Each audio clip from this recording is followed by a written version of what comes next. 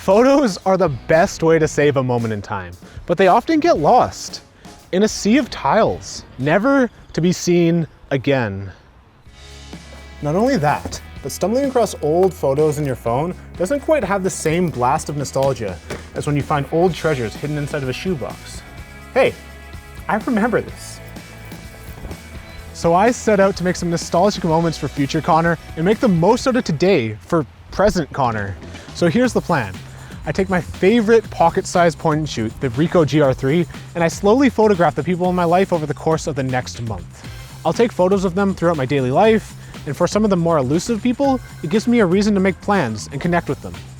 Once I get a portrait that I'm happy with, I transfer it from my camera to my phone so that I can make simple edits in Lightroom Mobile. Now you might be thinking that's a bit of an overcomplicated process, but trust me, it'll be worth it, and we'll get to why in just a little bit. Once I'm done fine-tuning in Lightroom, I print it from my phone using this. This is the Canon Selfie QX20, a pocket-sized printer that prints either square 2.7-inch photos or 2.1 by 3.4 rectangular photos. But for our purposes, we're going to be using the rectangular option because it fits perfectly inside one of these. Now, before you go storming off to the comment section to type, "Oh my God, he's just copying Peter McKinnon," go look. I already beat you to it. What are you gonna type now, haters? In all seriousness, I am copying Peter McKinnon. When I first watched this video, it instantly inspired me to pick up a project that I shelved long ago because I just didn't know how to execute on it. So huge shout out to my fellow Canadian for the inspiration. The print quality from the QX20 is pretty good, but I did notice that there is a little bit of bleed on the prints.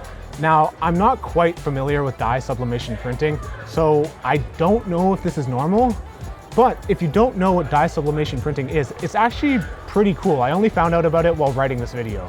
It's where you apply one layer of ink at a time via thermal transfer. For example, the QX20 prints in CMYK, cyan, magenta, yellow, and key, also known as black.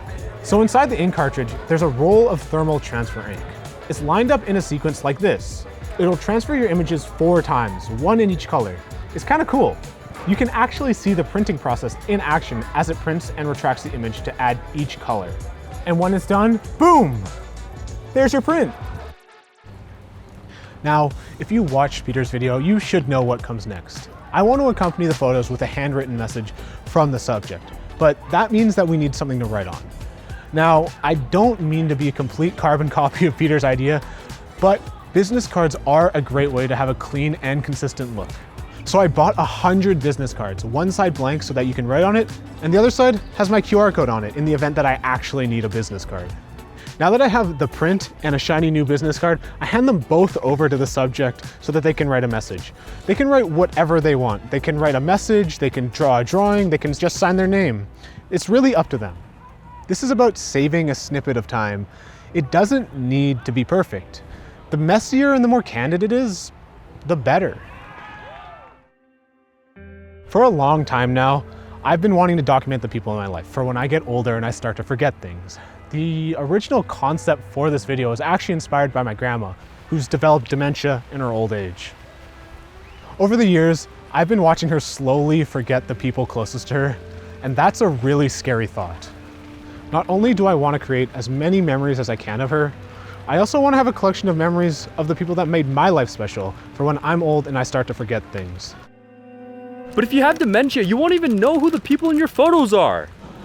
Well, at least it might lead to some entertaining conversations.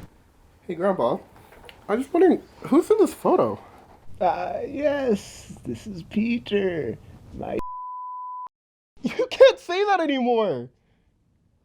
I still have a bunch of photos to take, but I'm already excited thinking about finding these in a box years from now.